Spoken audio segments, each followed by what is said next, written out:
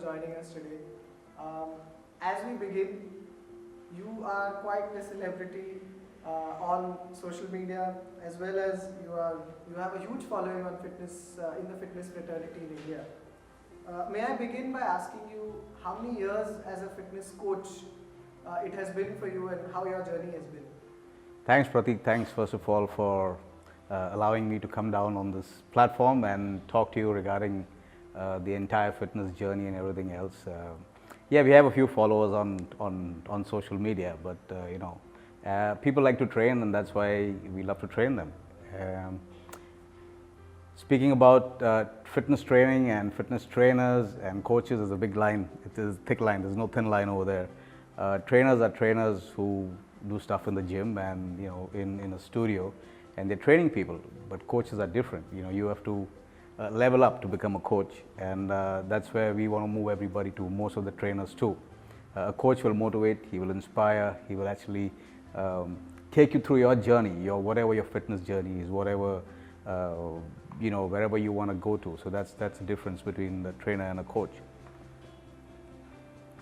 It's interesting you say that actually, because there's a lot of buzzwords flying around nowadays, from CrossFit to high intensity training and weight training, Zumba.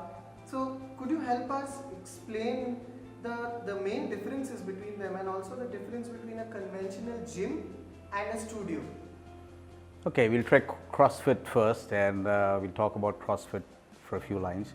CrossFit is an extremely good program. There's nothing wrong about it. There's every training program is a training program. You can't really say something is good, something is bad. CrossFit has many elements of training. We do something that's called cross training, and that's something else as well. Yeah, there's a difference between cross training and CrossFit as well. We'll talk more about that later. CrossFit has high intensity interval training within their modes as well, and high intensity interval training can be done with greater benefits. Yeah, you don't need equipment. They're functional movements which are done. So that's the difference between them and being into a gymnasium. We'll talk about Zumba later. So I wouldn't want to categorize Zumba into this, and for my own reasons. Yeah, but if you're doing a gym workout as opposed to a cross training workout or a CrossFit program and high intensity interval training, you've got conventional machines in the gym. There's nothing wrong with that. You can do that as well. But high intensity workouts are done maybe 2 to 3 times in a week. That's the difference. A lot of people don't understand that, and they want to come in and train 5-6 days of high intensity interval training. That will give you 0 results. It'll burn you out. Yeah. So it's important to add your rest days, your recovery days, which people need to know, and they need to do that. So everybody does it. Even CrossFit does that. I don't know how many of their coaches actually advise their clients not to train like that. So, and with gym, you have just machines that are there in the gym, and the cardio machines, the bikes, the rowers, the treadmills, and that's all good. And then you have your 5-set training, 6-set training, and whatever you want to call it. Like I said, there's nothing wrong with it. To each their own. So are you a big proponent of using equipment? I'll tell you why I ask that. That's because nowadays the idea is as soon as people join a gym, they want to go and pump, right? They want to go and pick up. So what's your thought on that? Wow, I'm glad you asked that question actually. We get that a lot of the time. Yeah. So a lot of stuff that you're doing in the gym, which should start off as base workouts, which actually start with cross training, CrossFit kind of activities. Yeah, and then they should escalate into moving into the gym and just start lifting weights. The idea, I mean, everybody has a single goal, or have different goals in their minds. Yeah, whatever's their goal, based on that, their programming should be done. Yeah, so if I have somebody who's just a newcomer into the gym, I'm not going to throw him on the machines and make him start lifting big weights and things like that. It's going to kill that guy. So I would actually take him down, teach him how to do proper movements. Yeah, movements that will help him in daily life, which are more functional. Yeah, so to sit, to stand, to do a push-up, getting off the floor, to do a pull-up, pulling himself up, stuff like that. So that's what builds, functional strength, and that's where you should go first. It's interesting you say that. So if I can ask you, what are the parameters that you look at whenever a new client comes to you? Do all of them come for weight training, or do most of them come for fitness, or what do you judge them? How do you judge them? Well, first of all, I would have a talk with them. I'd sit them down and have a talk with them and figure out, what do they actually want. Their wants would be many, the needs would be one. So I have to figure out that need. Yeah, what is the actual goal? So we break those goals down and we talk to them about it before they can actually start a workout. We actually make them fill up a health screening form. Yeah, so we have some health history. So we understand where they're coming from, whether they are totally sedentary, whether they are athletes, super athletes.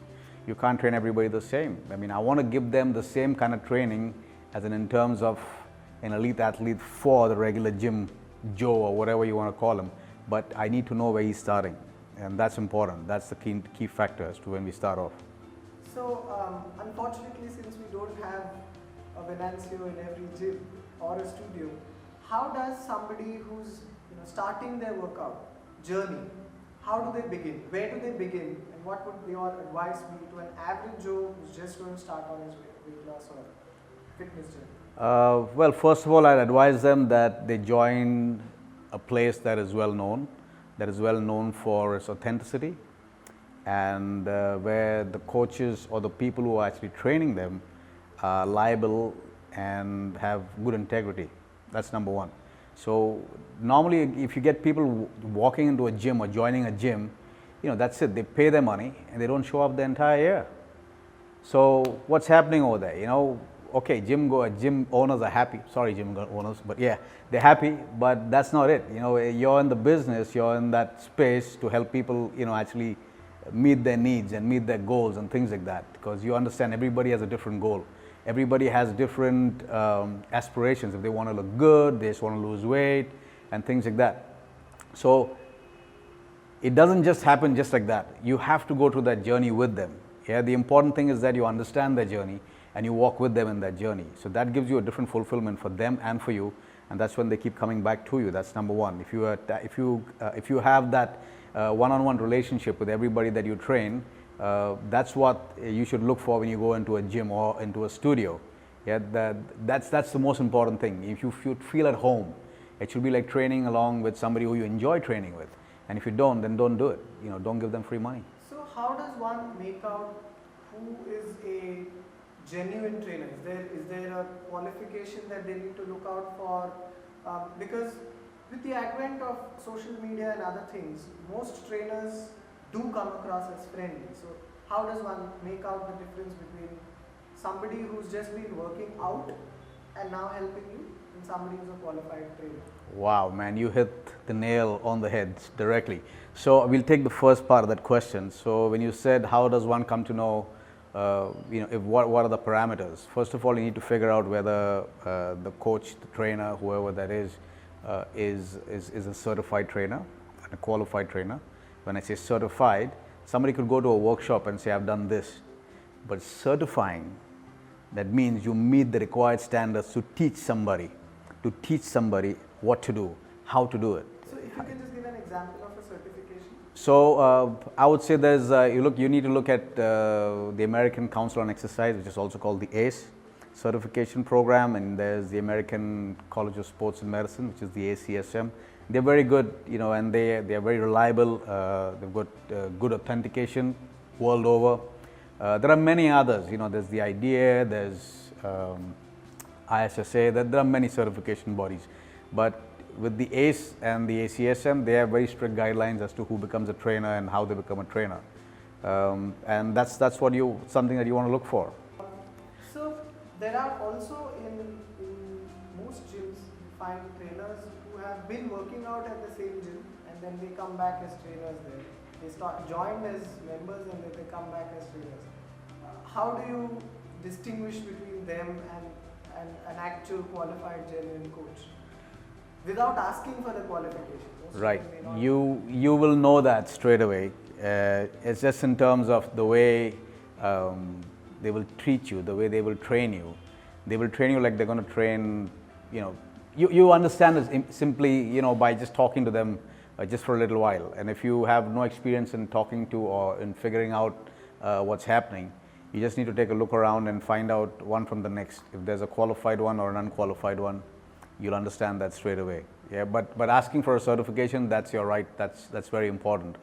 You should know what you're getting into because it's your body that you're dealing with at the end of the day, and that's why it's important to have that certification and train with a certified trainer rather than somebody who doesn't, who's just a big guy just training in there, comes in there and bench presses 5,000 pounds and says, "That's it, train with me." So yeah.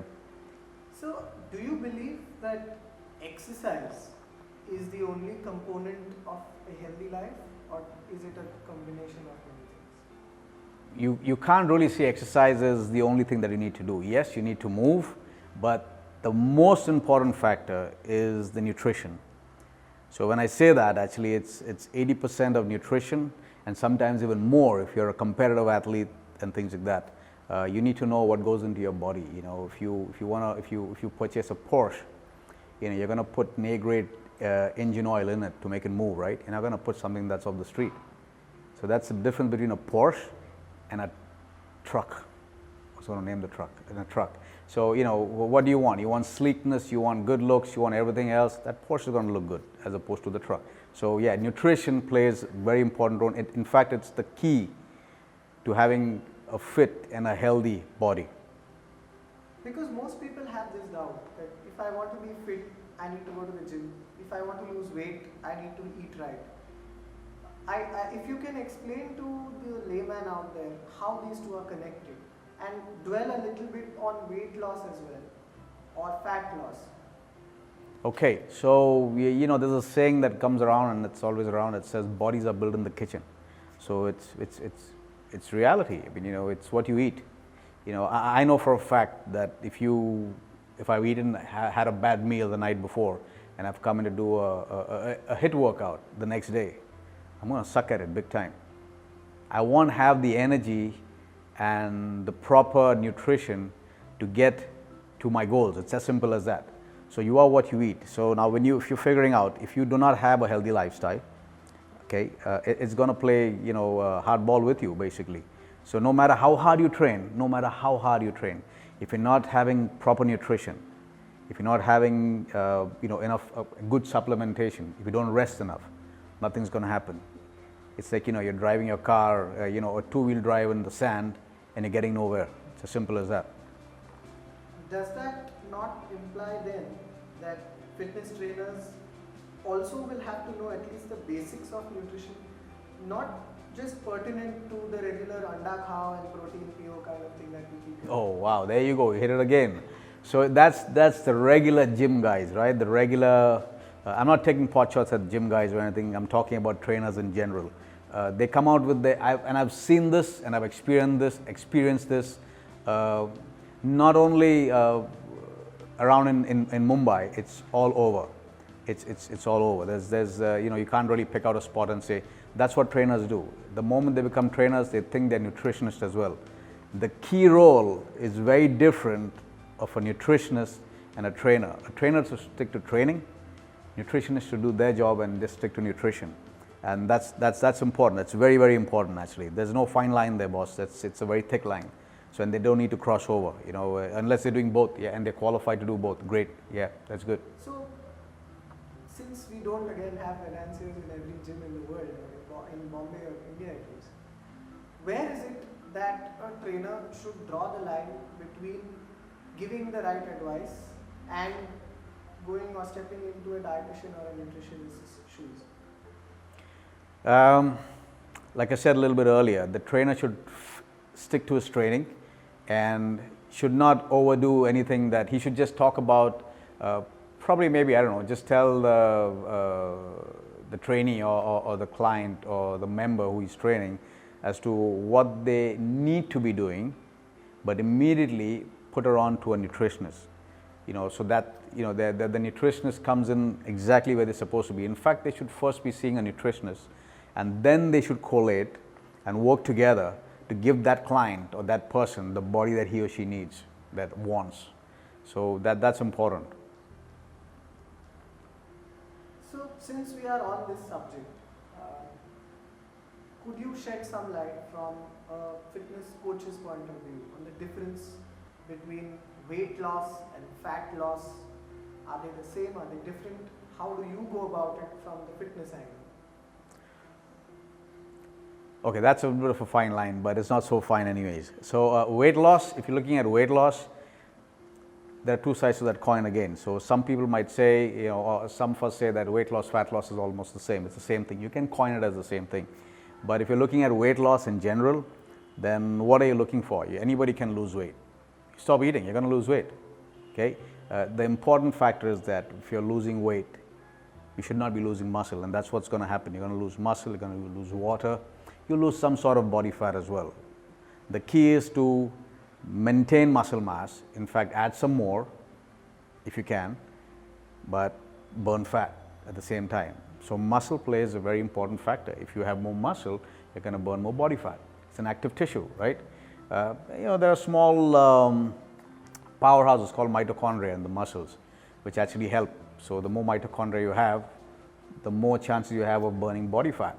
So it's very simple. So that's the difference. Even if you want to lose body fat, then that's what you're going to do. You're going to increase the mitochondria. What is your take on the fad diets that we see? We've seen a lot of fad diets, a lot of diets that have been supported by celebrities, and possibly many of your clientele might have done these diets. So what is your experience with these? Do you recommend these? Do you not? How do you go about it? Yeah, you see a lot of these called, you know, trending crash diets and fad diets, and I don't know, they go by some other names as well. But then as it is, that's what happens. They crash or they fad. It's a fad. They go out. So that's exactly what it is. Yeah, we do have a few people who've actually, not only celebrities, you know, it's with everybody. They all want to go on that bandwagon, and you know, they do. I don't want to name any of the diets, but you know, they want to do this and they want it's trending, and this is what's going to get me there. But no, you know what? You need to stick to a healthy, you know, a fat loss plan, or if you want to lose weight, you know, if you want to burn fat, or a weight gain plan, you know, if you want to put on muscle, then stick to that. So that's why you have the nutritionists. That's why they need to come in there and, you know, fix that up, you know, and make sure they work together again. And it has to be in tandem. It has to be everything together. You want to see results, you do it together. You leave one out, you're not going to see the result. Have you ever seen any trepidation or hesitation from your clients in visiting a nutritionist or a dietitian before they start working out? Is it a mindset issue? Yeah, for some I think it's a mindset issue, but for most of them, they're already seeing some sort of nutritionist or dietitian, you know, which from another place, and that's the only problem that we have when we recommend them that they see a nutritionist. They say, oh, I'm already seeing somebody, but at the same time, they might not even be seeing anybody. So and they want to do their own thing, which is Mr. Google or Mr. YouTube, yeah, and that, you know how that works, you know, that's what happens. It's a crash diet, then it crashes. So yeah, we do, as whenever we meet them first, we do give them the information as to what a healthy lifestyle should be, who they should be seeing, you know, why they should be seeing. So we give them those four parameters. So at least they have the thing at the back of the mind, you know, and if in 3 months, if they're not moving anywhere, we know they're not doing something right. 3 months also is a long time. Post 45 days, they should be seeing something happening, you know. So how does a trainer or a coach then change this mindset, or what can a trainer or a coach equip himself with the knowledge to help this situation? So first of all, every trainer should take a basic nutrition program. Yeah, they should learn something about nutrition if they want to start recommending something. Yeah, that's the most important thing, recommending. They shouldn't be programming for somebody, they should recommend it. If they have base knowledge, they should recommend a nutritionist. Yeah, a proper nutritionist, a certified or qualified nutritionist, and let them do their job. If you work in harmony, in good tandem along with the nutritionist, your club, the place that you're working out is going to get the benefits are going to be unbelievable. Yeah, so they want to do that first. So are you doing this in your capacity as a fitness coach? Do you work with trainers to do something like this? We do. We recommend. We have a nutritional partner. Yeah, and we work with them very closely. All of our clients that work with them very closely. We've seen results that are like unbelievable. That are fantastic results. So yeah, I mean, we do that. Now let's plug TFW in there. That's what I was. Oh man, okay. I couldn't get what you were saying. Yeah. So yeah. Also, we're going to be doing in collaboration with our nutritional partners, Nutrisphere. We're going to be working with them and with TFW again. So we're going to do nutrition and fitness as a proper focal point where every single trainer around the country gets the knowledge that they need to actually start recommending and treating people to have healthy lifestyles and to functional lifestyles basically. So that's important. So we're going to be doing that very soon. So look out for that. And yeah. So in a client's journey through a gym or a studio or their fitness journey, are you suggesting that they see a dietitian only at the beginning or only when they meet their goal, or how does it happen? What Yeah. is that? To me, it's an ongoing process. It's a journey. It's a lifestyle. So if you've adapted to the lifestyle, you can't just see the nutritionist once. I mean, it's like saying, I'll come in for a program and I'll take it once. No, boss, you're going to have to scale up, right? Your needs are going to be different. 3 months from now, you'll be looking at something else. You might want to have, I don't know, you might want to put on some more muscle, or you might want to lose some more weight, or you might want to burn some more fat. You might want to train for a competition. Your needs and wants are going to change all the time. So you need to see the nutritionist and the fitness programmer, time and again, Since we are on this subject, there's a lot of hesitation again about the word supplement. What according to you is a supplement? In my opinion, a supplement is a supplement. Yeah, they're not meal replacements. So don't use them as meal replacements. Use them to have what you have in your arsenal already. Use them to enhance. They're plugins that you need instead of doing the rubbish and doing the junk. Yeah. We all have this issue with, picking up some sort of, naughty stuff or, some sort of, rubbish snacks and things like that. I do it as well. So, but that's where supplementation can play a major role for each and every one of us. Yeah. Like the 4 o'clock to 7 o'clock, I'm just talking about my time, but everybody has that time. I'm sure most of us suffer for that. And, it's important when you take the supplementation, how you take it and why you're taking it for. So that's important. So it's very, very important that you have proper supplementation as well. So that again, a nutritionist can plug you in the right direction.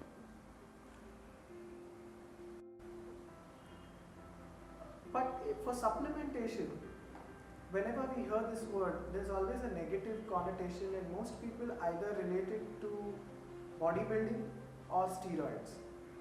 Is there another purpose or use that you've seen for it? Supplementation has many purposes. It is, first of all, it doesn't have to be a steroid, and it doesn't have to be used solely for bodybuilding. It can be used for anybody over the age of, 12, 13.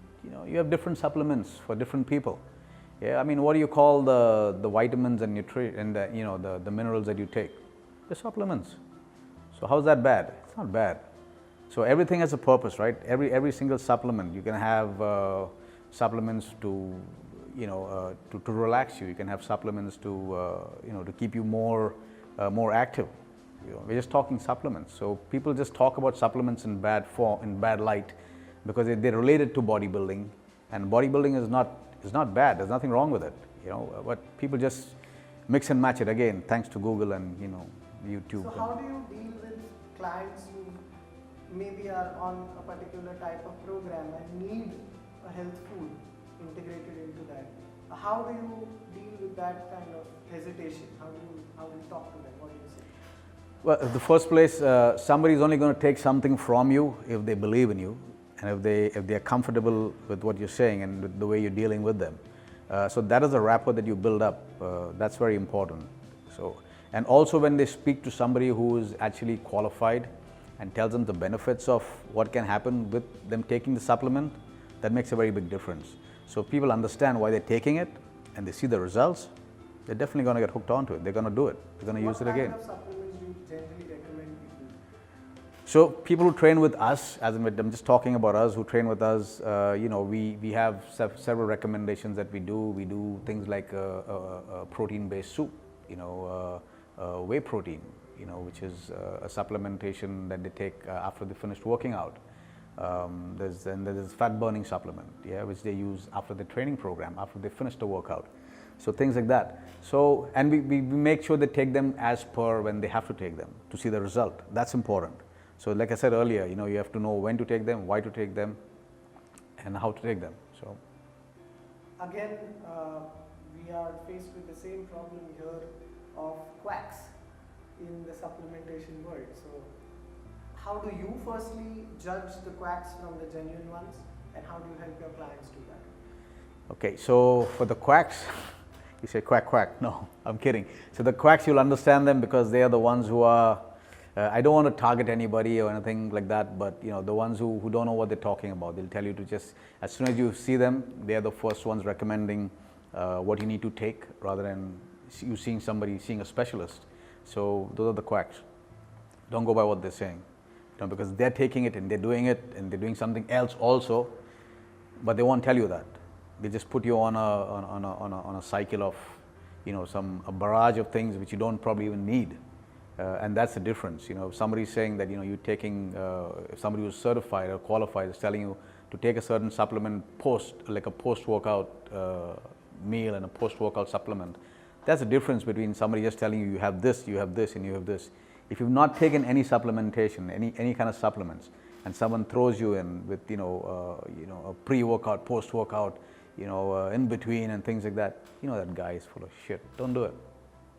What about the brands that are out there? How does one distinguish between who's genuine and who's just selling something for the sake of it? There are plenty of brands that are here in the market, in the Indian market, and you don't necessarily see the brand for what they are, because you don't know where's it coming from, number one. You don't know what's in it. So I'd rather be better, I'd rather be safer than I'd rather be sorry. And if we are going to recommend stuff to our clients, to my clients, I want to know where something is coming from. I want to know the genuinity of that product, and we have that. That is why with our nutritional partner, we're so set with them that we know where is it coming from. We know who the source is. We know. In general, if there's someone who just walks into a store, how are they to figure out, just looking at a pack, whether the product is good or bad or genuine or the pack? That's why you have the sales guys. They sell them a good, any product, which they've been taught by the guys who are pushing those products. They'll tell them what it's all about, and those guys are just, what do you call them? They're quacks. They just quack it out. Just tell them the same thing. So I don't know. I mean, you can, for somebody who doesn't have a clue, they'll just buy it. They'll just buy it for what they've been told. It'll build your body, man. Take it. Just take it.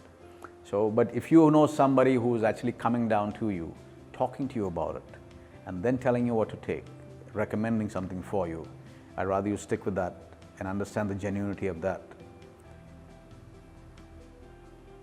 So, for you, since this campaign is called Power to Recommend, what does it mean from your point of view? What do you mean by Power to Recommend? In my opinion, I think the power to recommend is if you know there's something that's really good for somebody else, if you know that if there's genuinity in it, and if you know that you're helping somebody to change their lifestyle and their habits and bring it to a positive, to me that is the power to recommend, and I do have the power to recommend.